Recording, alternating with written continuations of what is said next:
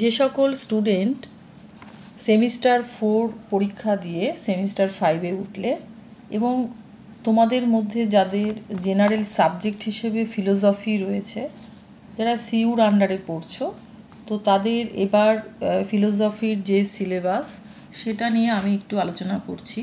তোমাদের এবারে সিলেবাসে ডিএসসি পেপার রয়েছে এবং এই ডিএসসি পেপারের বা ডিএসসি যে পার্টটা তোমাদের রয়েছে সেখানে তোমাদের ডিএসসি পেপারের দুটো পার্ট রয়েছে। একটা হচ্ছে ডিএসসি এ আর আরেকটা হচ্ছে ডিএসসি বি। তো ইংলিশ যে তোমাদের সিলেবাসটা ইংলিশে দেওয়া রয়েছে সেটা তোমরা আশা করি দেখেছো। তো এই ইংলিশ সিলেবাসটাকে আমি তোমাদের কাছে বাংলায় ট্রান্সলেট করে একটু আলোচনা করে দিচ্ছি, তাতে তোমাদের একটু সুবিধা আশা করি হবে।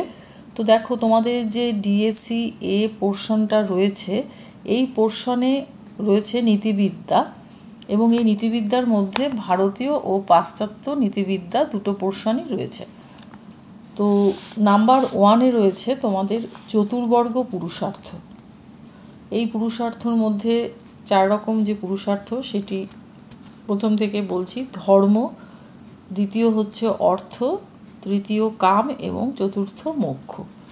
এবং এই যে 4টি পুরুষার্থ, এদের মধ্যে পারস্পরিক যে সম্পর্ক সেটা নিয়ে আলোচনা। তারপর রয়েছে কর্ম।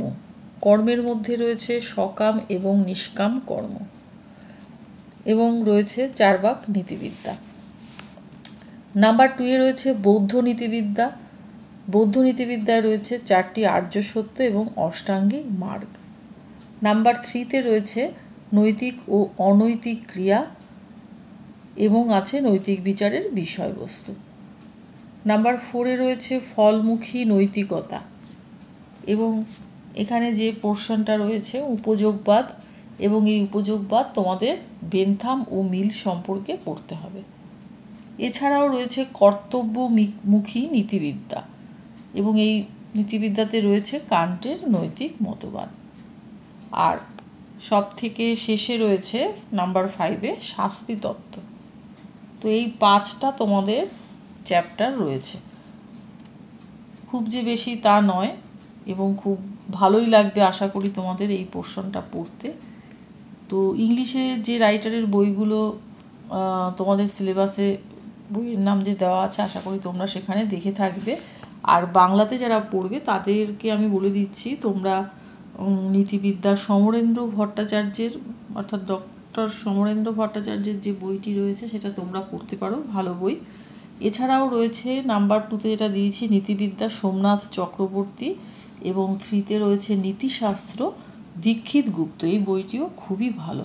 তোমরা এই 3টি বইয়ের মধ্যে যে কোনো একটা বই কিনে পড়তে পারো। আচ্ছা, এবার আমি আসছি ডিএসসি বি যে পার্টটা রয়েছে সেই পার্টটা নিয়ে আলোচনা করছি। তো ডিএসসি বি পার্টটা তোমরা একটু ইংলিশ যে সিলেবাসটা দেওয়া রয়েছে সেটা তোমরা একটু দেখে নাও।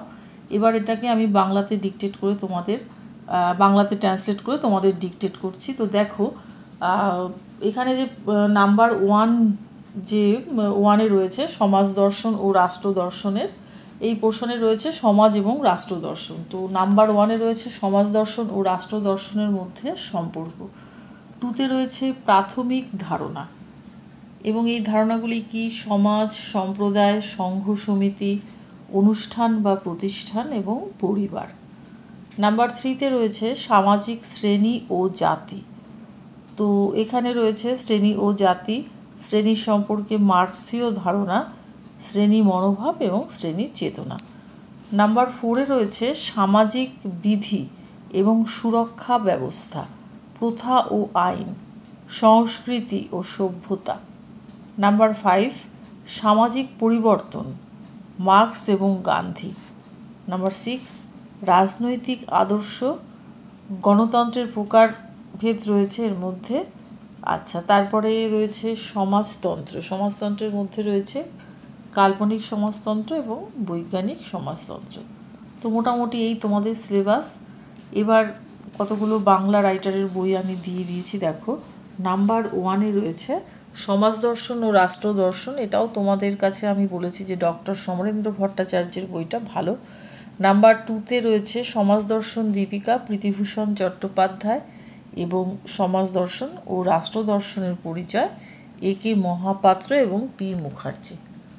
তো আশা করি তোমাদেরকে আমি বোঝাতে পারলাম যে সিলেবাসটা যে বাংলায় কিভাবে বর্ণনা করা হয়েছে। এবার তোমাদের পড়তে সুবিধা হবে এবং তোমরা এইভাবে পড়া শুরু করে দাও। ফার্স্ট চ্যাপ্টার যারা বই অলরেডি কিনে ফেলেছো, তো বই দেখে, এবং কলেজে নিশ্চয়ই পড়ানো শিগগিরই শুরু হয়ে যাবে। তো তোমাদের কলেজে অবশ্য ঠিক করে দেবে যে তোমরা কোন পোর্শনটা নেবে এবং সেইভাবেই তোমাদের পড়তে হবে। কোনো কোনো কলেজে হয়তো ডিএসসি এ পেপারটাকে ফলো করা হয়, আবার কোনো কোনো কলেজে ডিএসসি বি পার্টটাকে ফলো করা হয়। তো বেশিরভাগ ক্ষেত্রে এই পার্টটাকেই নেওয়া হয়, ভারতীয় এবং পাশ্চাত্য নীতিবিদ্যা দুটো পার্টই ভালো, এবং যার যে পার্টটা থাকবে তারা সেইভাবে পড়া শুরু করে দাও।